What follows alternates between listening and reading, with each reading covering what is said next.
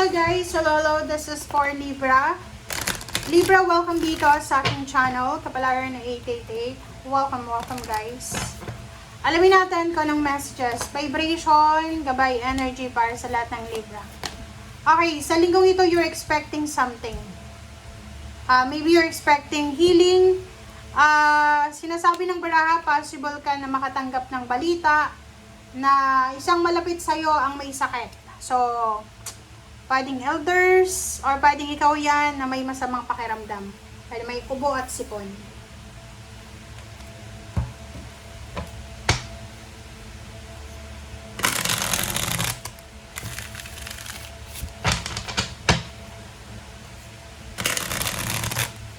Pwedeng yung anak mo yan, kapatid, or kung sino man siya, na pwedeng nasa hospital, or kung ano pa man na balita, yan, na matatanggap mo.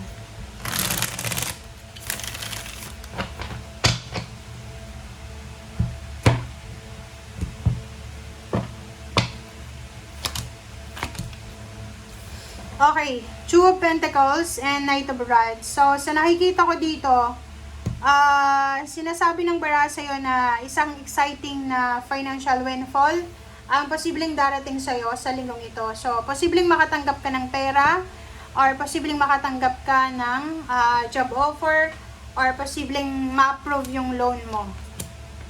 Isang napakabilis na love life ang posibleng mag-blossom sa linggong ito. Isang napakabilis na collaboration and partnership ang posibleng mangyayari sa linggong ito. Isang mabilisang kasal, isang mabilisang selebrasyon, family celebration, reunion ang posibleng mangyayari. Okay. Bad karma. Okay, sorry there's a karma coming para sa'yo sa linggong ito na posibleng magbibigay sa'yo ng sama ng loob. Okay? Ang justice na to, this is your energy Libra energy yan, justice. So, sinasabi ng barahan na isang just na desisyon, isang balancing desisyon ang posibleng mangyayari or gagawin mo na pwedeng magdala sa'yo or sa ibang tao ng pain and heartaches.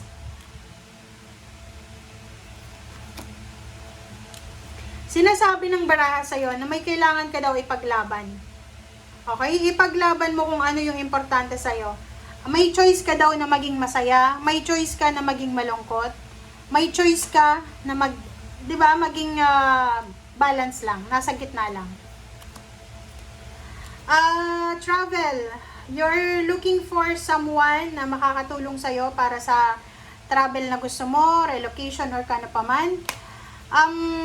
Problema ka siguro sa sasakyan, pambayad ng sasakyan or kano pa man. Yung mga plano mo siguro parang feeling mo na sira na, 'di ba? Parang may mga plano ka para sa future na imposible nang mangyari. So, sa ngayon, sa linggong ito, meron kang mga pinanghihinayangan. Like, may plano ka. Ito yung mangyayari sa future. Pero, unfortunately, ngayong linggo ay bumagsak yung plano mo na yan. Okay?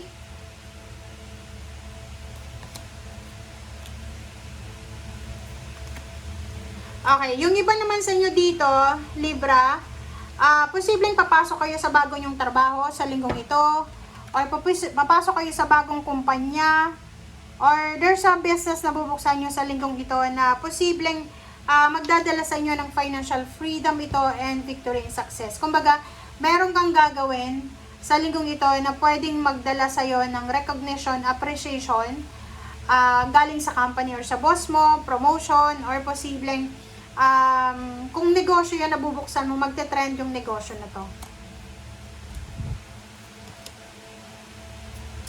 OMG! So, sinasabi ng baraha may magbabago sa buhay emosyonal mo, Libra.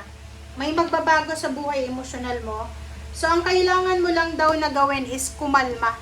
Huwag ka daw mag-react. Bakit ganon?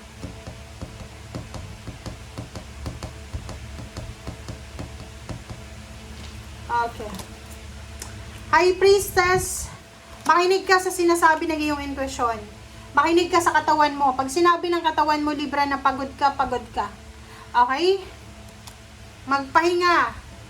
Magpahinga ka kasi sasaba ka sa bagong yugto ng iyong buhay, lalo na sa love life. Sa love life siguro naka-recover ka na kung galing ka sa heartbreak, and sinasabi ng baraha isang risky na love affairs ang posibleng papasukin mo. Queen of Swords, isang direksyon ang posibleng pinaplano mo. And sa nakikita ko sa'yo dito, hindi ka sigurado uncertainty siya. So, kailangan mong mag-research. Hanapin mo yung mga information na kakailanganin mo para dyan sa direksyon na gusto mong tahakin.